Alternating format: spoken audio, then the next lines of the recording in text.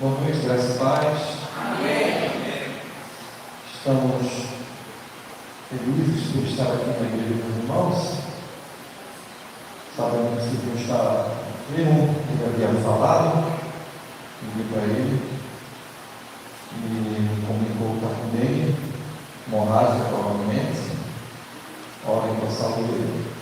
Estamos aqui com os irmãos, a satisfação, sou o pastor Mário Nazaré da Lava.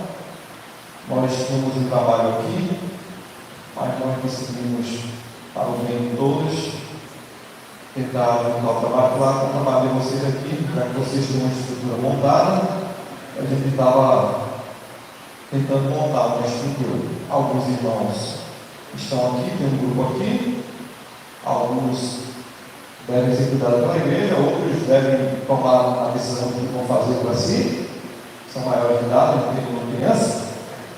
A irmã Maria já estava cantando aqui na UAF, da outra vez que eu vi, no grupo lá, o irmão Valdênio já está aqui, hoje veio o Cicleide também, veio também o missionário Antônio, que nos ajudava lá, o irmão Antônio, e o irmão Luiz e sua esposa. Então a gente agradece pela acolhida da igreja local.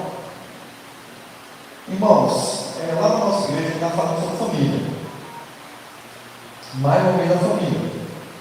Mês das mães, mês das noivas. Tem noiva que pode escolher casa na chuva, né? O mês de maio é mês de chuva, mas é o mês das noivas. E nós estamos pregando em série, lá o presbítero que está pregando, a gente passou uma temática para eles desenvolver e o trabalho lá foi. E aí o Silvio tinha dito que da próxima experiência que eu pregaria, eu viria de morrer hoje porque eu tinha me comprometido na minha vida vim estar com os irmãos da nossa congregação, que agora ficará com vocês, vamos cuidar de vocês. E aí a gente não vai dar tchau para eles, a gente vai estar monitorando, é como pai. Porque, irmãos, eles precisam ser cuidados por um pastor. O irmão todo foi embora. Eu moro em Nazaré. E deixar um grupo pequeno, sozinho, eu acho uma covardia muito grande e uma responsabilidade muito grande. Então, o bom senso pede para que a gente faça esse trabalho de transição com alguém que a gente conheça. Eu tentei fazer isso há um tempo atrás, mas não foi possível agora. E aí, falando do Silvio foi dar um acolhimento aos irmãos, já tem dado um certo apoio, e aí a gente fica agradecido. Então, o Silvio disse que quando eu viesse aqui ia pregar, vou fazer um estudo, eita Jesus. Eu vim para ficar com os irmãos, mas ele pediu para eu vir, então tá bom, irmão. E aí eu vou falar sobre família. A gente estava falando no primeiro domingo do mês lá na igreja, sobre o homem banana e a mulher abacaxi. O primeiro bananão da face da terra foi Adão. O primeiro homem já era banana. E por que Adão era banana? Porque ele poderia tomar posição e ele foi indiferente diante da proposta de Eva. Ele poderia dizer para Eva: você não deve experimentar da árvore do conhecimento do bem e do mal, porque Deus disse que você não deveria experimentar. Mas Adão ficou calado. O silêncio de Adão tornou Eva um abacaxi. E aí, queridos, quantos abacaxis não existem dentro das casas? Porque tem um bocado de bananão dentro delas. Está lá, sentado, tudo tranquilo, sossegado, satisfeito, sonolento. E aí o camarada lá espera que a mulher espera que o cara seja aquele homão, que troque lâmpada, que conserve a torneira que quebrou, a casa que está suja, ele vai, pinte, o reboco que caiu, pelo menos ele ajeita, se ele não ajeita, ele consegue alguém para fazer isso. Sabe tomar posição? Não é aquele cara que desautoriza a mulher quando chega do trabalho, quando as crianças chegam lá: papai, o senhor deixa ele para casa de dia? Ah, meu filho, eu deixo. Aí a mulher diz assim: rapaz, eu passei o dia todo dizendo que eles não iam, agora tu vem e desautoriza. Pois é. Um homem banana, ele produz a mulher abacaxi. Porque o cara fica lá, não conversa com a mulher, não procura saber como é que foi o dia dela. Porque lá em casa não chegaram desse jeito, eles queriam ser programados de fábrica para botar o marido com a mulher. Você vai beijar a sua mulher e ele chega assim, minha namoradinha. Você vai beijar sua esposa, o bebezinho de minha namoradinha. Minha namoradinha não é nada. É minha, velho. E a mulher normalmente chega assim, mas o menino sai de dentro da minha barriga, é diferente, Pois é, vai dando bem asa para o seu filho, está rejeitando o seu marido, continue dando olhos, apenas olhos para o seu filho. Quando você menos esperar, ele vai embora, não pede nem licença. E aí você vai ficar com aquele cara lá que você abandonou a vida toda, e aí quando ele faz 50, muitas vezes se ele não for crente, ele toca por 20. Se for crente, muitas vezes não aguenta, porque vai ficar dentro de casa com a goteira do telhado no juízo dele, não aguenta. A mulher não vai falar, ela reclama, ela fala muito rápido. Olha aí, eu mandei você fazer isso, mas você não fez. Olha, se fosse para falar, você fazia, se fosse para sua mãe, você fazia, mas para quem tem você não faz. Ela se espelhou, você podia para mim. Só a minha esposa faz isso, ainda bem que ela não está aqui. Não fiz, não é só ela. Eu estava comentando no carro, todos os dias minha mulher reclamando a mesma coisa. Aí muitas vezes a gente já usa palavras automáticas, os homens sabem como fazer, né? Falei, tá certo. Eu não entendo. Nada. Ouviu? Nada. O presbítero Gil, lá da nossa igreja, lá também tem um Gil, que quando vocês chamaram o Gil aqui, ele achava que era ele. Tem um Gil aqui também. Aí o presbítero Gil lá da nossa igreja, ele estava pregando há 2 domingos atrás, e ele disse que quando ele chega em casa, ele tem que ficar pelo menos meia hora parado. Estava de choque. Por quê? Porque está cansado, passa o dia todo falando, e a mulher passa o dia todo em casa. Normalmente, né? Dona de casa. Aguentando o menino, lavando roupa, cozinhando, a mulher sempre tem que fazer. Mas você não faz nada, assume a casa por dia, não vê se aguenta. Então aí o presbítero Gil disse, né, Jacqueline, olha, tem ali, quando eu chegar, me deixa quietinho, depois de meia hora tu vem e conversa. Ah, não, porque ela passou o dia todo, você não sabe o que o Murilo fez, porque Murilo, olha, desobedeceu, Murilo jogou a bola, quase que eu quero ouvir. Começa. Então, a gente tem que aprender a usar a flexibilidade. Né? O homem tem que ser flex. O homem tem que ser flex. A mulher também. A nossa proposta de hoje falar, baseada na primeira questão de Pedro, é no capítulo 3. A gente vai ler versículos 1 até o 12. Eu devo falar até o 8, mas eu vou ler até o 12. Na versão Almeida atualizada. Tem hora que eu vou falar sério, e tem hora que eu vou falar de uma maneira um pouco mais brincalhona. Cada pastor tem o seu jeito de ser.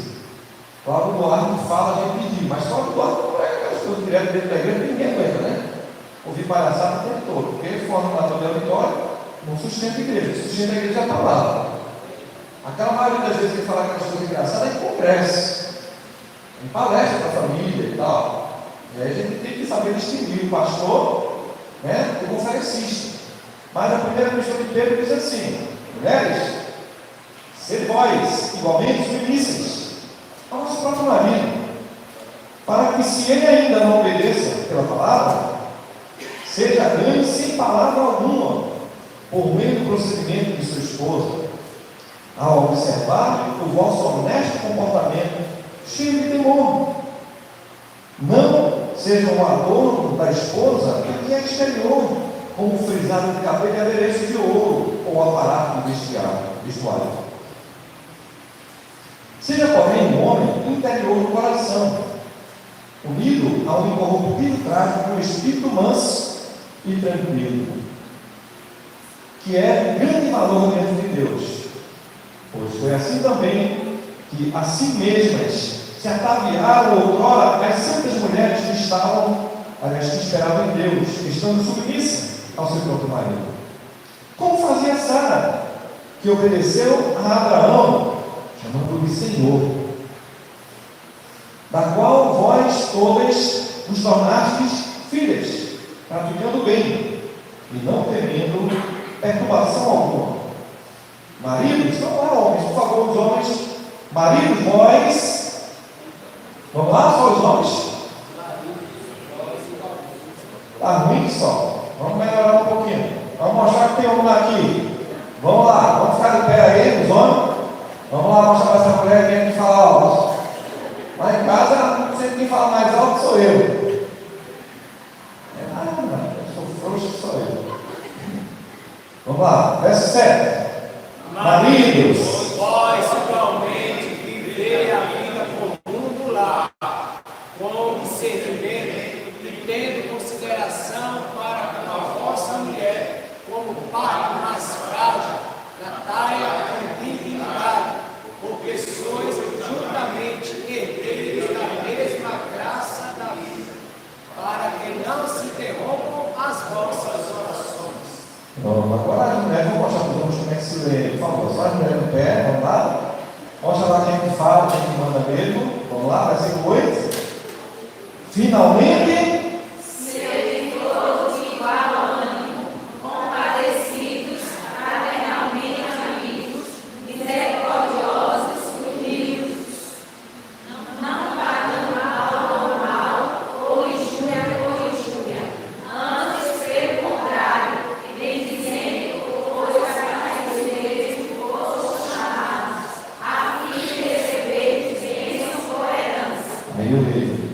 Pois quem quer uma vida e ver dias felizes, refreie a língua do mal, que habite os seus lábios falem malosamente. Aparte do mal, para o que é bom, busque a paz e pense por alcançá-la, porque os olhos do Senhor repousam sobre o justo, e seus ouvidos estão abertos às súplicas. Mas o rosto do Senhor está contra aqueles que praticam o mal. Se a gente fosse julgar, ele ia estar em paz. Porque tem na mulher, mas os homens mostrar que são machos. E quando está menor, fugir da aparência do mal, não é, irmão? Fugir da aparência do mal. Queridos, veja o seguinte: a epístola de Pedro, ela tem algumas coisas para que a gente possa estar falando a respeito dela. Em primeiro lugar, o apóstolo Pedro escreve essa carta por volta do ano 63 da era cristã. E é interessante também, pouco antes do período da perseguição que a igreja iria enfrentar ali por Roma, na pessoa de Nero. Então, por isso que figuradamente ele vai chamar a igreja que se encontra em Babilônia, que ele vai utilizar essa expressão. O cenário histórico é de tensão, porque logo depois, pouco tempo depois, surge a grande perseguição ali do imperador Nero. Geograficamente, a carta ela foi direcionada aos crentes que estavam espalhados e influenciados por uma forte cultura pagã. Eu estava fazendo um comparativo ontem em uma das visitas que eu fiz. Foi sexta-feira, na realidade, na célula que nós tivemos. Existem cerca de 8 bilhões de pessoas no mundo, das quais 2 bilhões são cristãos, dos quais 1 bilhão de alguma coisa é católico. Estamos juntando de crente, não tem nem meio milhão. Meio milhão, né? 500 milhões de pessoas. E se for verdade, o negócio piora. Porque os crentes hoje só trocaram de igreja, mas continuam do mesmo jeito, com as mesmas crendices, os mesmos comportamentos, influenciados pelo paganismo. Basta surgir um feriado aí, aqui não acontece, só acontece na hora, os que for para a praia. E domingo os que estão tudo na praia. Nem em Recife, quando eu morava lá, tinha esse negócio. Os crentes viajam na sexta-feira e só voltam no domingo de noite depois do culto, porque ele chega cansado do sol, enfadado, não vai para a igreja. Isso só acontece lá em Nazaré, porque aqui não deve acontecer isso. Mas é interessante que nós somos influenciados, como a igreja, na época de Pedro, também era influenciada. Se você for observar o contexto anterior, o fluxo do texto aí, a gente vai olhar que o capítulo 2, Pedro vai estabelecer ali o princípio da submissão em esferas públicas e civis, a nossa responsabilidade com as pessoas públicas e com as pessoas civis. Por que a gente tem responsabilidade? O crente tem responsabilidade. Ser exemplo.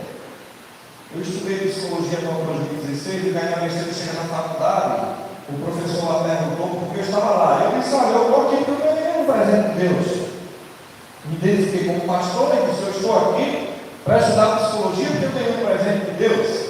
Aí o professor bateu assim, pastores, não estamos na igreja, estamos na academia. Eu perguntei para ele, o senhor conhece de onde? Porque eu ando pelo mundo da universidade desde os anos 90. E parecia que era meu amiguinho. Ele me repreendeu. Eu ganhei um presente que fazia 22 anos que eu não estudava matemática, física, geografia, português, nem nada. Fiz uma prova do Enem lá e peguei uma nota boa e ganhei uma bolsa. Foi ou não foi um presente de Deus? Não foi minha habilidade. Tem um pouquinho da minha parte. Mas para mim não tem mais da de Deus, tem da minha. Tem da minha porque eu fui lá fazer a prova. Tem da minha porque eu respondi a questão. Mas tem da de Deus porque Ele me deu iniciativa, me deu vontade de fazer, eu fui e fiz. A Bíblia diz assim, se quiseres de meu vício, comereis com melhor da terra. E Deus tem melhor da terra para dar. E eu fui lá e estudei psicologia. E aí quando a gente vai estudar psicologia, a gente aprende muita coisa, principalmente a desconstruir. Olha, a gente precisa desconstruir. É aquilo inquietável. O que a psicologia, afinal de contas, propõe a construir, já que é tanta desconstrução?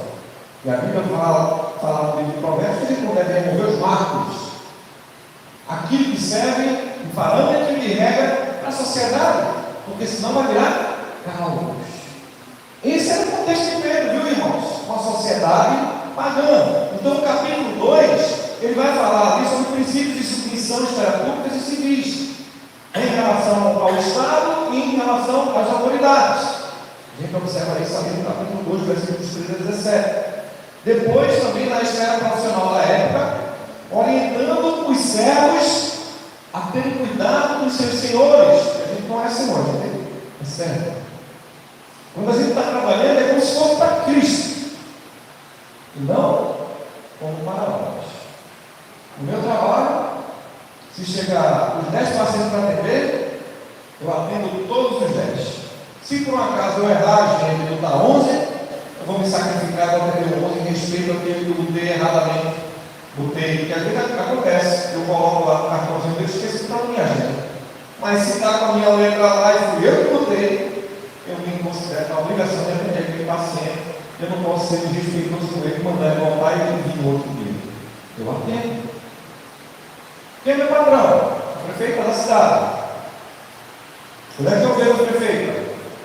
Eu vi como profissional 2 vezes. Fora isso, aliás, 3 vezes eu vi que ela entrou no meu consultório lá. Ela entrou lá no dia que eu estava lá no plantão, à noite, para a população. Primeiro paciente da prefeita da cidade. Que bom. Pode falar, fale. O que está vendo? Diga mais um pouquinho. A gente está ali para ajudar, muito bom. O ruim é que você está na cidade pequena e você sabe o problema de todo mundo, né? Aí ainda bem que existe o sigilo profissional. Graças a Deus. Então Pedro vai advertir como a gente deve se portar com os nossos senhores. E depois ele vai mostrar e usar o exemplo do sofrimento de Cristo para servir de parâmetro para a gente. Por mais que a gente sofra no nosso trabalho, nada se compara ao trabalho que Cristo sofreu, ao trabalho que ele teve aqui e à oposição que ele sofreu e enfrentou aqui na terra. Então, o nosso sofrimento é fichinha se for comparado com o sofrimento de Cristo. Se a gente for observar também, no capítulo 3, Pedro ele vai afunilar esse mesmo princípio dentro da esfera mais íntima da sociedade, no lar. E ele mostra que a transformação da cultura do reino começa na dinâmica entre marido e mulher, preparando o terreno para o que virá posteriormente. A partir do versículo 8 que nós lemos também.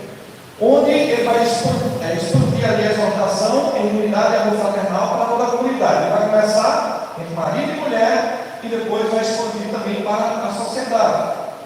Diante de uma cultura pagã que nós enfrentamos e Pedro também enfrentava, a gente vê que as famílias estão desintegradas, as escolas agora são integrais, os pais passam poucas horas com seus filhos, eles não têm mais o direito de sentar à mesa com os filhos para comer, se é que senta. Agora as crianças, eu vejo lá no meu projeto social, muitas mães, ontem mesmo a gente veio passear no bairro Laranja, onde a gente vai denunciar o abuso sexual infantil e a exploração sexual infantil. A gente ouviu várias coisas assim: não, meu filho não quis ir. Hoje, eu tenho ouvido muitas vezes assim: se meu filho não quiser, ele não vai. Se meu filho não quiser fazer, ele não faz. E criança sabe o que quer desde quando? A criança, ela só pensa nela.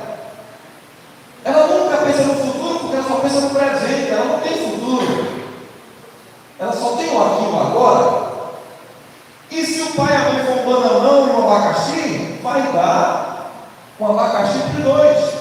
Dona Sarascala falava que pouco se pode esperar daqueles que não conseguem amar a Deus acima de todas as coisas.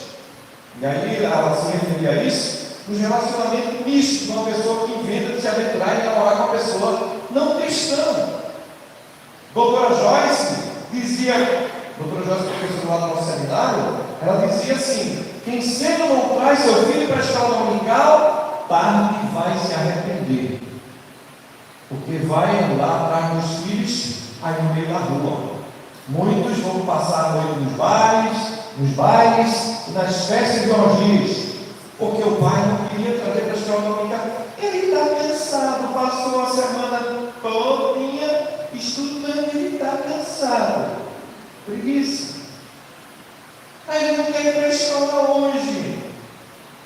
Não vai, está cansado. O bichinho.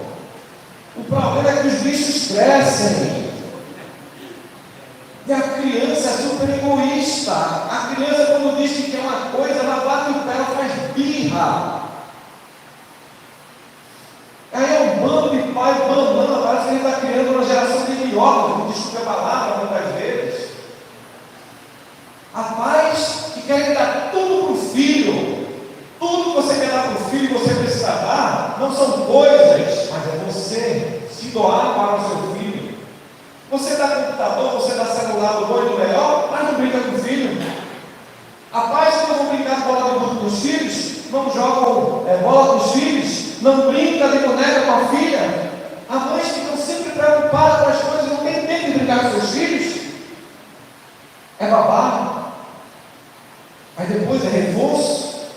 Aí depois é curso de inglês. Aí depois é educação física. E paga cursos e cursos e cursos das crianças. Não tem mais direito a ter os pais. E aí a gente vai enfrentando dificuldades e mais dificuldades. E a sociedade vai virando um caos.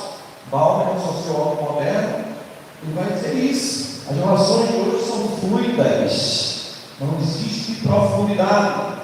Não são poucos os lares atuais que as mães são solo, porque está em voga, está em alta ser solo. E é fácil com dois, irmãos. A Bíblia vai dizer melhor ser dois do que um. Eu nunca vi um ser melhor que dois, só se tiver uma acompanhada. Mãe solo, eu sou filho de mãe solo. O que é que eu passei? Não tinha Bolsa Família, não tinha pensão de pai, não tinha nome de pai. O que é que eu passei? Dificuldade, problema. Agora, as pessoas ganham dinheiro para poder ser mãe solo. A Raquel nem dá 300 votos. O cara filho. Aí o governo dá, o cada filho, se o rapaz não dá mais 150, além do Bolsa Família. E vamos promover a cultura de cada um, cada filho é de cada pai diferente. Porque afinal de contas, o importante é amar, tentar amar. É quem você amar, cuidar do filho, trabalhar, levar para a escola, levar para o hospital, educar sozinha. Porque se tem coisa difícil, é ser pai e mãe. Palhaço tem um monte no mundo, mas pai são poucos. Existem reprodutores, homens que reproduzem, só querem prazer. A maioria são assim. Estava numa escola, outro dia, perguntei: quantos aqui moram com o pai? 4 levantaram a mão, e 22. Outro dia, um pai me parou no meio da rua, porque a mãe só faz trabalhar. Eu não tenho paciência para estar em casa, não. Por que você namorar, irmãos? Namorar, fazer sexo é um negócio bom, uma doideira lá, virar o olho, dar um gritinho, todo mundo quer. Mas ninguém quer responsabilidade. Porque sexo tem responsabilidade. Sexo sem responsabilidade é irresponsabilidade e problema. Há muitas mães que causam problema na vida do filho para a vida inteira. E há muitos pais, principalmente os pais, que são piores ainda. Eu já vi gente dizer assim: eu tenho 22 filhos, criança quantos? Fosse para quantos já é um número de pais? Quantas vezes fosse para o hospital com ele? Quer dizer que produzir filho, um homem numa relação sexual, ele até 200 milhões de espermatozoides. Possibilidades não garante que ninguém é pai. Ser pai tem a ver com responsabilidade. E a gente precisa entender essas coisas. Então, diante do caos que Pedro enfrentava, a gente vai aprender algumas lições. Quais são os ensinos que Pedro vai trazer aqui para as mulheres? Primeiro ele começa com as mulheres. E aí a gente quer convidar você a mergulhar com a gente e ver o que é que o Espírito Santo tem para nos guiar a respeito disso, através da sua palavra. Quais os ensinos de Pedro para as mulheres? Bom, a primeira palavra que a gente pode trabalhar aqui é a palavra igualmente, que é uma versão que vai dizer semelhantemente. Então, no grego é homoios, conectados com a sua submissão voluntária que a pessoa tem e sacrificial, como Cristo se sacrificou por nós. As mulheres devem se sacrificar pelos maridos. Mas veja, esse sacrifício aqui não é morrer, não é apoiar, levar pancada no marido.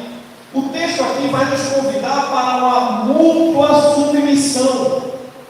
Nós, marido e mulheres, mulheres e maridos, fomos convidados por Deus para nos submeter mutuamente um ao outro.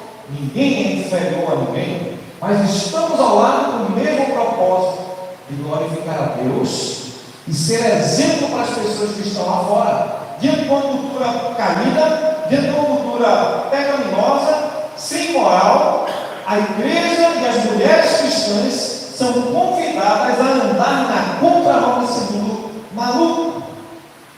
Então a gente vai observar o versículo primeiro: semelhante, vós mulheres, serem sujeitas aos vossos próprios maridos, para que também, se alguns não obedecem pela palavra, aliás, não obedecem a palavra, pelo porto dessas mulheres, serão ganhos sem palavra.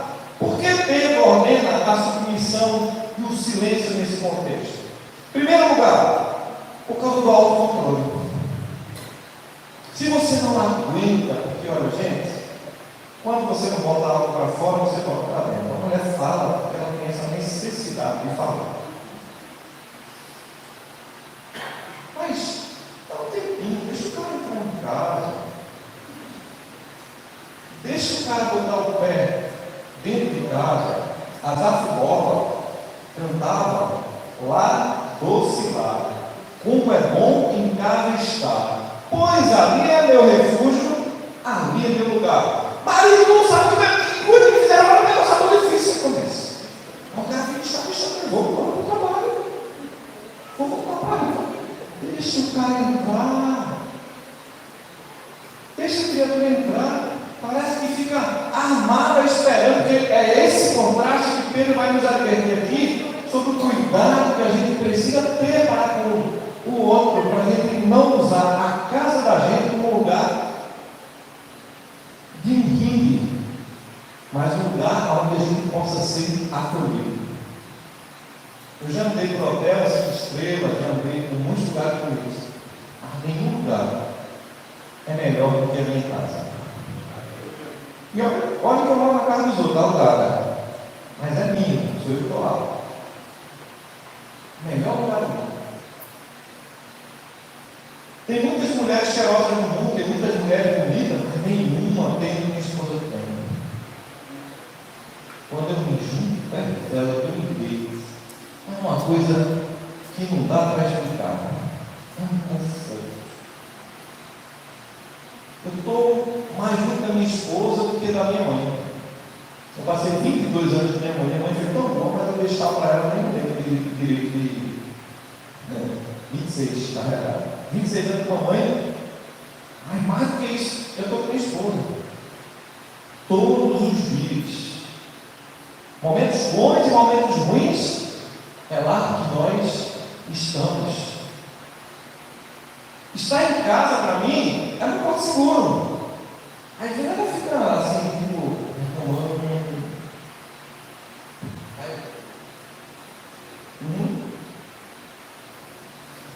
Pedro está chamando você também a fazer isso. Quando seu marido chegar em casa, olha, eu vou usar uma expressão que o pastor Silmar Coelho, que ele tem um negócio chamado água ungida. Quem já ouviu falar água ungida? Nas igrejas neopentecostais existe muito uso da água ungida. Você sabia que a água ungida pode salvar o seu casamento?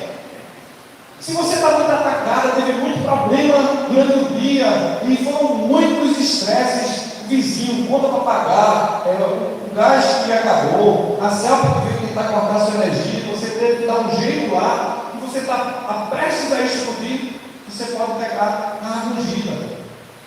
Para você não descarregar o seu marido. Aí você pega aquele copo d'água. Isso aqui é para beber, né? Aí o seu marido chega em casa, você sabe que vai chegar, ele entrou no portão, você vê aquele portão aí, está chegando o sábado. Glória a Deus. Oh Deus, eu consagro esse copo com água. E quando ele chegar em casa, você fica, olha, marido, sabe o que aconteceu com ele? Acabou. Olha, o vizinho veio aqui, foi confusão com fulano, e brigou com a mamãe, brigou com não sei quem. Olha, o gato aqui brigou com o cachorro, quase que morre. Aí você faz o seguinte.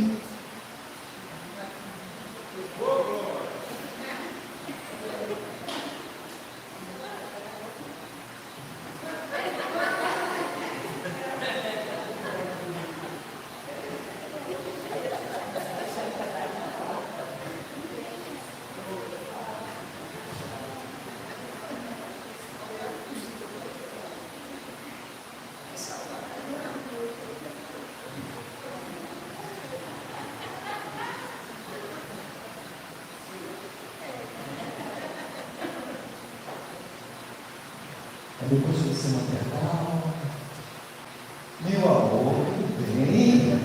Estava ansioso pela sua chegada. Aí você começa a chegar aos pouquinhos. Eu me lembro que sou de uma época que o pai dos meus filhos chegava em casa e eles tiravam o sapato do pai. Tirava a meia, o cara se sentia no meio. Quando o menino chega, você falta passar por dentro da orelha do pai hoje em dia, né? Papai. E ainda às vezes não quer nem saber porque ele está lá na internet. Então Pedro vai chamar cada uma de vocês, mulheres, a ganhar um marido sem palavras, no silêncio e na oração, pelo bom procedimento. Essa ideia de Pedro aqui é a ideia do autocontrole. Vai combinar com Gálatas capítulo 5, fruto do Espírito, amor, paz, alegria, mansidão, longanimidade, benignidade e domínio próprio. Sabe o que acontece? A gente está precisando muito dessa história do domínio próprio, porque a casa da gente deve ser um lugar de acolhimento e não de briga. E se a gente aprende a ter o domínio próprio, lembra da água ungida, tá? Não esquece dessa água abençoada que está aqui. Você pode estar. Consagra esse copo. Essa aqui é para quando meu marido foi até chegar. Ele está lá no portão. Vou botar água ungida na minha boca. Tenta lembrar dela.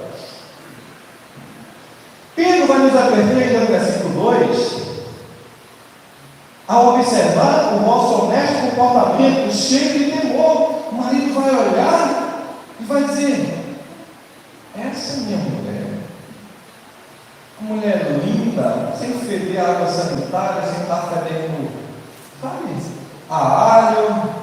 É porque a gente chega em casa, tá a mulher lá com a calcinha desse tamanho, fedendo a alho, o cabelo suor para tudo que é canto. Aí o cara diz assim: eu só gosto assim, já vi que o dia foi produtivo. É 0-0 de noite, irmão. Porque a bichinha está super cansada. Pastor Silmar Coelho vai pregar e vai falar também quanto vale a pessoa que você ama, e vai falar sobre banco. Ninguém saca dinheiro de banco se não depositar. Nós, homens, precisamos depositar. A mulher gosta de ser elogiada, mulher gosta de carinho. A minha eu faço direto, é muito linda, meu Deus. Eu chego lá no projeto, olha assim, pode saber que é mentira, mas a gente tem que profetizar, né? Nosso ser vive, né? É maravilhoso você chegar na vida mesmo. Graças a Deus. Aí chego lá perto dela, meu Deus do céu, que coisa boa. Rapaz, o dedo ainda está cheirosa, meu Deus, que coisa boa. Começa a virar uma fé. E no dia que eu cheguei lá no trabalho, eu falei: capinha de enxofre, eu estava tendo um demônio com o pessoal aqui da rua. É porque o homem cheira de enxofre, o homem soa, o cheiro, o suor do homem não é igual ao suor da mulher, gente. O homem trabalha com soa. Se você for dar um beijinho, minha filha veio me dar um beijinho hoje. Eita, pai, nessa altura, será que é transpiração, menina? Sempre. Dá um beijinho no pescoço, você está suado. É sal puro. Mas Pedro vai falar aqui do procedimento. Pedro vai chamar as mulheres a ter uma vida com um bom procedimento, a vossa vida casta em temor. O marido observa a nossa conduta, que gera um tamanho impacto. O interessante é que a nossa nova natureza, a nossa nova conduta, vai mostrar uma vida limpa, sincera diante de Deus. O cara sai, como está lá em Provérbios, na mulher virtuosa, quem achará o seu valor excede das suas joias. Ele sai de casa, vai trabalhar, e vai saber que nenhum homem vai entrar dentro da casa dele, porque ele sabe a mulher que tem em casa. Eu me lembro de um cara que foi conversar com minha cunhada, aí minha cunhada é casada. Ô menino, tu começa a falar, sai embora da minha casa, tu está vendo que eu sou dentro da minha casa, vai embora aí. Oxi, vai embora, eu não quero ninguém aqui não.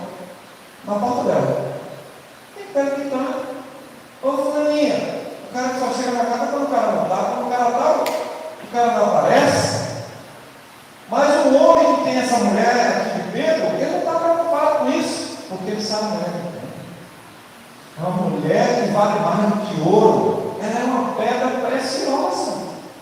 E muitas mulheres são assim, é isso daí que Pedro chama vocês mulheres para imitar esse comportamento, essa vida comportamental diferente. O marido fica tranquilo quanto a isso. Então ele observa uma vida casta, sincera, livre de manipulação, livre de amargura e uma vida em temor. O temor do Senhor é princípio da sabedoria, mas os loucos desprezam. Então, tema a Deus. Aprenda de fato com o que as Escrituras vão nos propor. E aí Pedro vai nos explicar no versículo 3 o seguinte: o contraste entre a vida aparente e a vida real. Não seja o vosso adorno, o adorno da esposa, que é exterior, mas não despreze também o exterior, porque tem as mulheres que estão vestindo uma roupinha. Quando eu vejo falar da minha mulher, me choreira. Ela não gosta de falar algumas palavras. Mas não sou eu. Tem as mulheres, irmãzinhas, e bota o biquinizinho e bota lá no Instagram, bota no curtir. Aí você bota ela linda.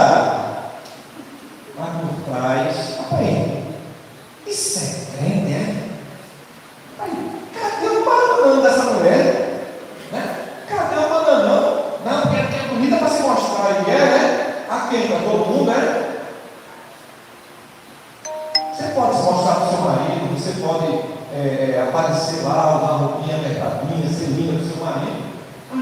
existe por isso, não. Agora a gente tem a vida dos artistas. Os artistas vivem no caos, irmãos. Vivem na bagunça. E Pedro nos chama a viver não com a vida aparente de roupas, aparentemente comportadas. Ele vai nos chamar para a gente ter o cuidado não só com a aparência externa, mas também com a nossa aparência interna. E é esse contraste que Pedro nos chama aqui a observar no versículo 3. O enfeite interno não seja como exterior, usar no cabelo, uso de joias, ouro, para a postura do vestido. Pedro aqui não está proibindo cuidado ou uso, ou estabelecendo usos e costumes, porque tem igreja que quer isso aqui para dizer que a mulher tem que andar desse jeito. De mulher que não raspa a perna. A perna dela está só para o caranguejo, na ferida, ou no aranha da caranguejeira. Quando tira, olha assim, meu Deus. Não, porque eu sou mulher de Deus. Sim, você é mulher de Deus, mas deve estudar. Porque se você não se arrumar com seu marido, lá fora a mulher se arruma, viu? As irmãs Baranga tem que se lembrar que tem mulher bonita lá fora também. E que a gente tem que se arrumar. Dá um focinho para aquilo que Deus fez. Porque às vezes a gente é muito bonito de rosto e de corpo, mas sabe se arrumar, anda cheirosa, anda limpinha, educada. Então a gente tem que separar esses detalhes aí que o Pedro fala. Então a gente tem que ter o equilíbrio entre a parte externa e a parte interna. Não adianta você cuidar apenas do que é exterior. Não adianta você cuidar somente das roupas. Deus nos chama também para vivermos uma vida de santidade interna. Seu corpo deve ser para a glória de Deus. Eu faço exercício depois de muito tempo sem fazer, eu voltei a fazer exercício, eu vou para a academia. O nome da academia, eu vou falar porque está sendo gravado ali, né? Então, está sendo permitido. Mas lá na cidade eu vou para a academia que faço parte. Minha academia tem muito ferrugem.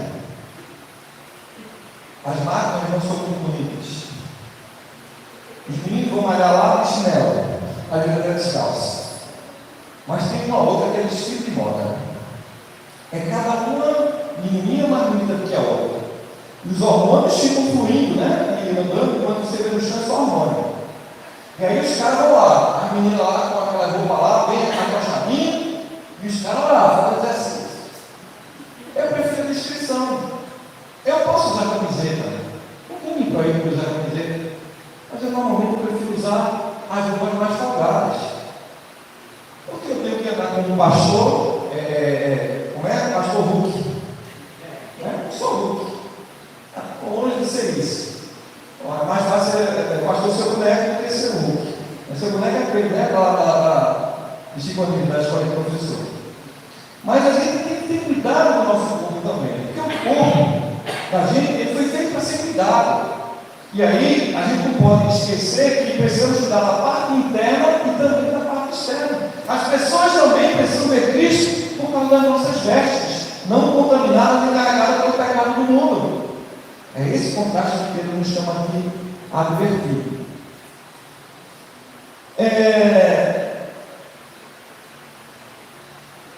Versículo 22 de Provérbios 11 diz assim: como joia de ouro e focinho de coco, assim é a mulher formosa que se aparta do bom senso. Pode ser linda. Você pode ser linda, porque eu sou gente, mas você não foi feito para ser morta.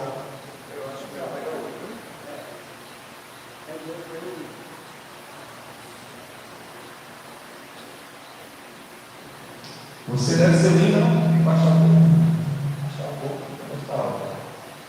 mas não pode ser exibida para qualquer um. Então o provérbio vai nos advertir a não sermos com pérola no focinho de coco. No versículo 4, Pedro vai nos advertir: mas um homem coberto com coração, no incorruptível traje de um espírito manso e tranquilo. Aqui não é homem, é mulher. A ideia aqui, ele continua falando das mulheres. Aqui é espírito manso e tranquilo, que é precioso diante de Deus. O que seria esse espírito manso? É o caráter da mulher que foi regenerada pelo Espírito Santo. Uma vida que foi transformada por Deus. Passa pela conversão. E a gente não pode esquecer que a nossa língua também deve se converter. Que as nossas vestes também devem se converter. E nós devemos ter mudanças externas e internas. Essa mudança, ela deve ser diária. A palavra que aparece lá no grego, espírito manso é praus, é uma força sim, mas é força sob controle. Na casa a gente não estava brigado. A gente tem força, a mulher tem força, tem, o marido tem força, tem, mas a gente não está em casa para mostrar quem é mais forte e quem manda. É uma força sob controle, com a finalidade de glorificar e exaltar o nome do Senhor. O pastor Hernandes Dias Lopes, ele vai usar uma expressão baseada na 1 Timóteo capítulo 5, versículo 14, sobre governar bem a casa. Porque nós que somos homens, às vezes a gente quer mandar em tudo. Se a mulher com a geladeira branca, não compre marrom, não compre inox. Se ela quer inox, não compre branca. Quem é que vai cuidar da casa? Quem é que vai arrumar a casa? Não, porque eu só quero escolher branca, não, porque eu acho feio. Deixa a mulher escolher o que ela quer. Quem manda na minha casa lá? Sou eu não. Eu sei que sou eu que não vai não. Até o cachorro é contra mim, cara. Quem manda na casa é a mulher. Ela está reclamando com o guarda-roupa, não, porque esse guarda-roupa está velho mesmo, eu não vou trocar não. A gente compra tudo novo para lavar casa. Mas por enquanto, ela vai ter que arranjar um pouquinho. Ela quer, porque a mulher gosta de muita coisa, olha o tamanho do homem. Ela gosta de coisa grande, olha o tamanho. Ela deixa o tamanho ela. Mas veja, calma, ela quer, calma. Não é porque eu estou precisando. Uma época ela era na geladeira, eu quero ver. Que é que vai inventar depois da geladeira? Porque a mulher tem necessidade, porque ela é insaciável no que se refere à necessidade. Agora é o colchão, não, depois é a cama, depois é o armário, e nunca acaba esse negócio. Rapaz, isso aqui está lá para mais 10 anos ainda. Não. Então a gente tem que ter o controle de quem gasta. Gastar com sabedoria. Mas a cor, ela quer a sala bege, bota bege. Ela quer verde, deixa ela pintar com verde. Fica arrumando confusão por nada, foge da aparência do mal. Se você ficar ali, você vai arrumar um problema para você. Vai dar errado. Porque se você não acha no jeito dele, depois o banco vai estar fechado. E você não vai ter direito a sacar absolutamente nada. É mesmo assim, né? A ideia que aparece lá no grego, para a ideia do Timóteo 5,14, é oikodespoide, que significa um governo que não é uma ditadura, mas é uma submissão mútua do marido para a mulher e da mulher para o marido. Então a gente tem que entender que numa casa a gente tem responsabilidade. A mulher compra e o marido paga. A mulher faz a comida e o marido come. A mulher suja a louça e o marido tem que lavar, irmão, porque se ficar sentado a casa vai cair. Você vai ouvir a mulher lá. Ou então ela lava, você enxuga e guarda. Ela varre e você passa pano. Eu me lembro que certa vez lá na minha casa, quando a gente estava para a minha segunda filha, eu fiz a mudança da casa, fui sair de uma rua, fui para outra, fiz toda a mudança. Aí eu cheguei na casa, botei a geladeira no canto, botei o fogão no outro, botei a minha casa toda. Aí a mulher chegou na maternidade. Bota isso aqui, tira isso daqui, bota ali. Ó, tem isso daqui, bota ali. Esse guarda-roupa, bota nessa parede. Isso aqui é uma bucha para a parede de carro. Eu carreguei tudo sozinho. Ela nem perguntou por quem foi que eu carreguei tudo, como foi que eu comprei. Não perguntou nada, só mandou voltar no lugar. Então eu fiz. Mudei, né? Eu sou besta, mudei. Alguém está ligado? Não adianta, a gente está ali junto com a mesma finalidade. Dando continuidade aqui no texto, quais os ensinos de Pedro para o marido? Agora vamos lá para os homens, versículo 7. Para que, uma vez confirmado o valor da... Não, peraí, está errado. Versículo 7. Maridos, vós igualmente o quê? Submisso. A mulher é uma submissão mútua. Vivei o quê? A vida do mundo lá. Como é a vida do mundo lá? Ela reclama de você. Você faz o quê? Ela manda de você? Obedece.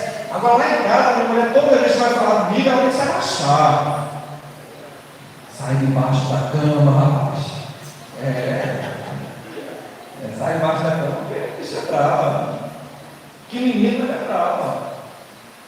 Mas Pedro está dizendo aqui para a gente que a gente tem que viver a vida do lar. Desarmamento do orgulho. Não estamos para brigar, nem para confundir, nem para arrumar problema para a gente. É uma submissão mútua para os dois. O versículo 7 ele vai falar coabitar com entendimento, igualmente o marido coabitar com ela com entendimento. Como o homem deve exercer sua liderança no lar? Viver em entendimento. Entre o dia e o outro, esposa. Ela dorme com você vários anos. Ela cuida de você. Ela lava, ela cozinha, ela cuida dos nossos filhos. Ela organiza todas as coisas. É tão bom você em casa quando a mulher está com aquela surra na cara e fala: eu limpei quando ela estava doente, teve uma época que eu limpei a casa todinha, depois ela foi e limpou tudo de novo.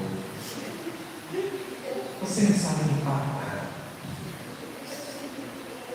E por mais que a gente faça, nunca fica igual. Por isso na casa não tem faxineiro, porque se eu pagar a faxineira, a faxineira vai ficar sentada, ela vai ficar no banco, com essa figura. Ela vai reclamar. Eu já disse que quando chegar no céu, vai dizer assim: Jesus, isso é só isso. Só isso, Jesus. Vai deixar reclamar. É direto. E aí a gente tem que ter o quê? Homem tem que ter paciência. Muita paciência. É a vida como lá. E aí o texto aqui vai nos dizer que vivendo com entendimento, e a palavra grega lá para entendimento é gnoses. Entendimento. A gente tem que ter cuidado para não tentar brigar e mostrar quem manda, porque não adianta, a gente não está no lar para isso. É o que ele vai nos mostrar. E por quê? Porque ele vai mostrar aqui para a gente que a mulher é a parte mais frágil. Mas pense que Pedro não está falando que a mulher é mais frágil, porque ela é mais fraca. Ele está falando de força física. É da força física mesmo. Você pode comparar a força física de um homem com a de uma mulher? Não pode. Mas ela não é nada de fraca. O cérebro das mulheres é menor do que o homem. Elas pensam muito mais. São mais escolarizadas do que os homens.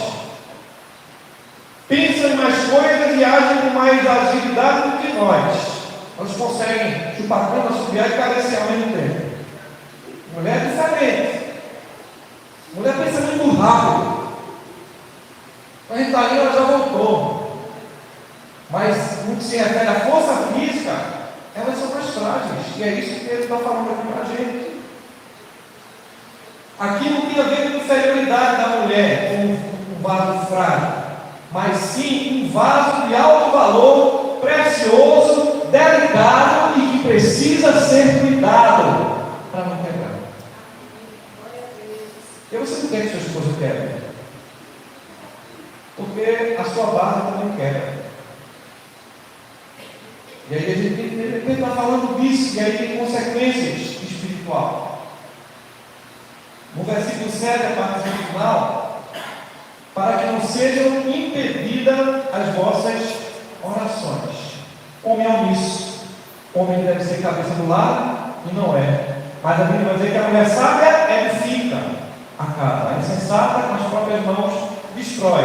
O marido não quer orar? No culto doméstico, você fica homem. Quem é o homão da casa aqui? Quem foi o cabeça da casa que Deus escolheu para ficar aqui nessa casa? Quem é meu irmão?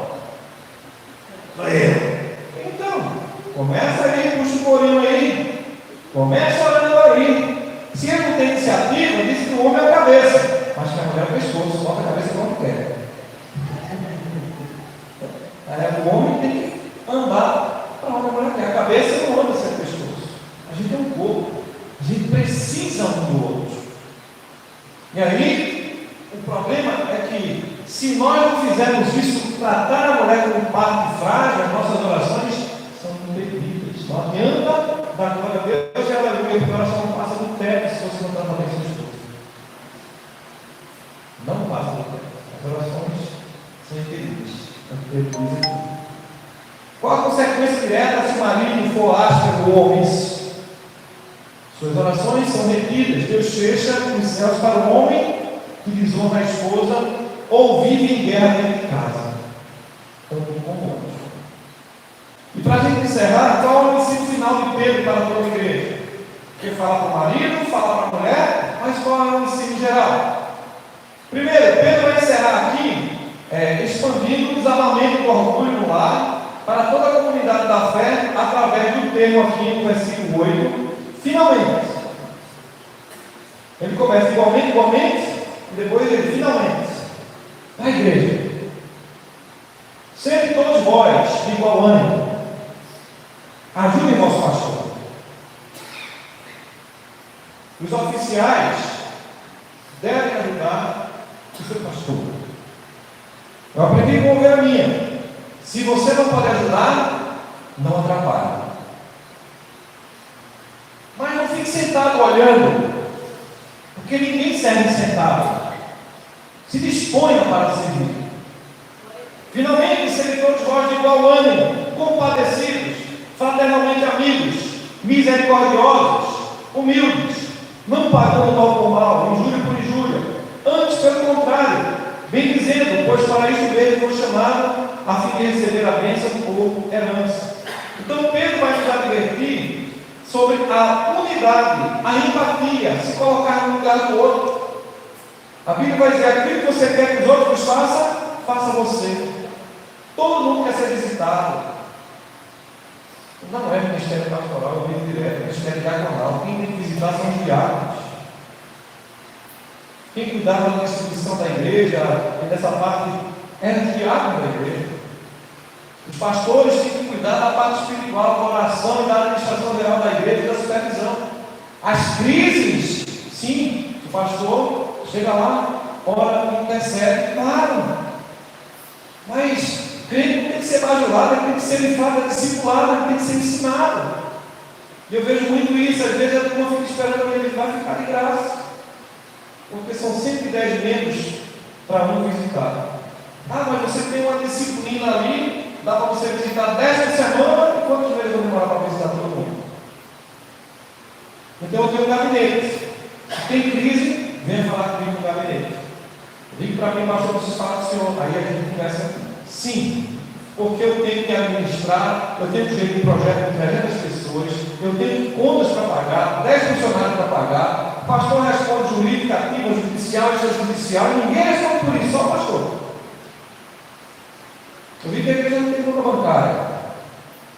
Eu fiz o Pix, você fez na conta de alguém. Está errado. Mas eu entendo que é o momento que a igreja está passando.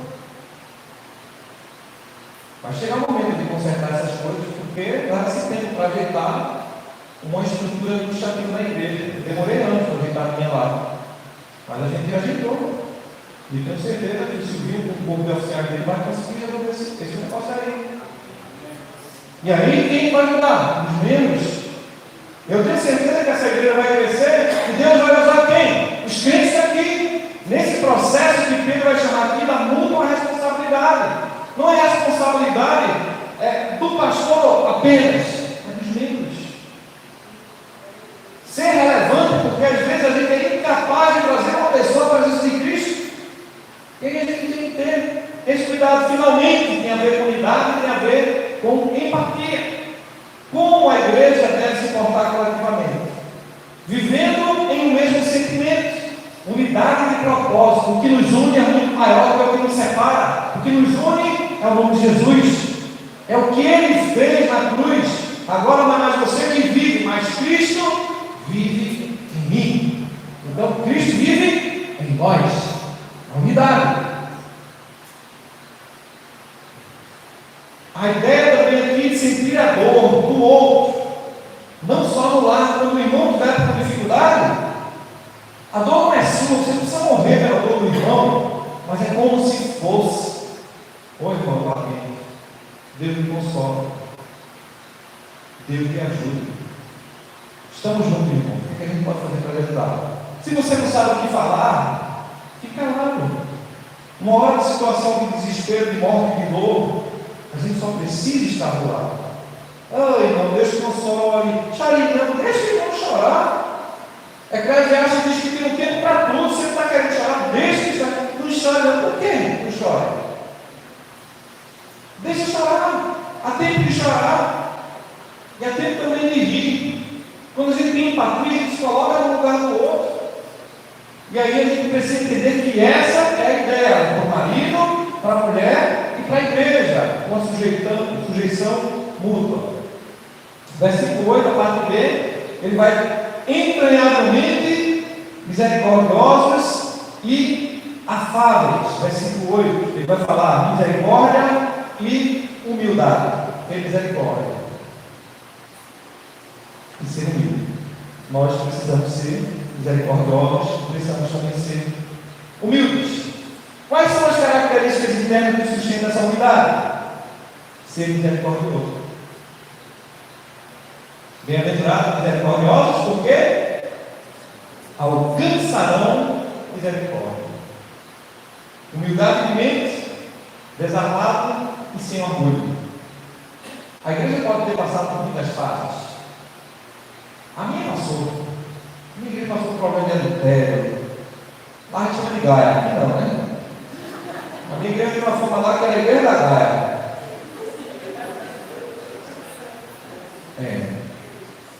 Tem uma história nossa lá em 1963, o pastor foi disciplinar uma irmã que estava supostamente no caso momento e fugiu para a folha da irmã. A gente tem isso na nossa história da igreja. Sabe por que isso acontece? Isso prova que a gente é humano. Se a gente não vigiar, a gente faz coisas piores. Mas sabe que a igreja está de pé, mesmo diante desses escândalos todos? Porque sabe quem é o nome dela? Cristo. Quem é o cabeça dela? Cristo. Ele levanta, ele derruba, ele coloca, ele tira. Ele diz assim lá na Escritura do Antigo Testamento: agindo Deus, a glória é dele, porque dele, por meio dele e para ele são todas as coisas. O texto de Pedro nos conduziu a uma jornada cirúrgica, versículo por versículo, do coração da esposa, exigindo o autocontrole do silêncio da ungida contra a agitação, ali favorável ao coração do marido, exigindo a sensibilidade de tratar a esposa como um vaso precioso, como uma pedra preciosa, culminando também na saúde da igreja. E para isso exige unidade e humildade. O casamento e a igreja não podem ser campos de batalha. Quem governa o lar com dignidade de Cristo não usa os espinhos do orgulho. A mesma coisa, quem lidera com o entendimento do reino não usa força nem grosseria. Não é o que eu quero. Agora já não sou mais eu que vivo, mas Cristo vive em mim. Vamos orar para que o Espírito Santo possa fazer um renovo nessa igreja. Convido a igreja a se colocar de pé. Quero convidar o Daniel a fazer essa oração. Vem cá, meu irmão. Solicitando o sopro do Espírito que se refere a milagre. Deus possa derramar sobre nós milagres da mansidão, das esposas, sensibilidade dos maridos e da afabilidade de toda a igreja de Deus, transformando a nossa casa em verdadeiro refúgio de oração. Coloque a mão sobre o irmão que está do seu lado, ore por ele, ore pela sua igreja, ore por cada um de nós. Vamos orar para que essa igreja seja uma igreja cada dia mais vibrante, porque Deus, através da pessoa de Cristo, é o cabeça e o dono da igreja.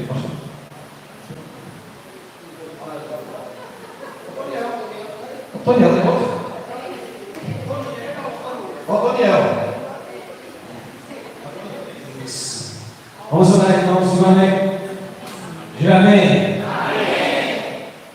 Deus e Pai, como nós somos gratos por Tua palavra. Como o Senhor, de fato, usou este momento para nos levar a essa grande instituição que é a família. Nós também confessamos que precisamos melhorar. E o Senhor nos trouxe aqui para isso. Usou o Teu servo para que assim a Tua palavra viesse aos nossos ouvidos e assim também entre no nosso coração, para nos momentos mais cruciais da nossa vida, possamos viver, praticar e o Teu nome seja glorificado no nosso lar. Ó Deus, obrigado por essa mensagem, obrigado por essa reflexão. Isso nós somos muito gratos a Ti. Isso em nome de Jesus. A igreja diz amém. Amém, irmão. Graças a Deus.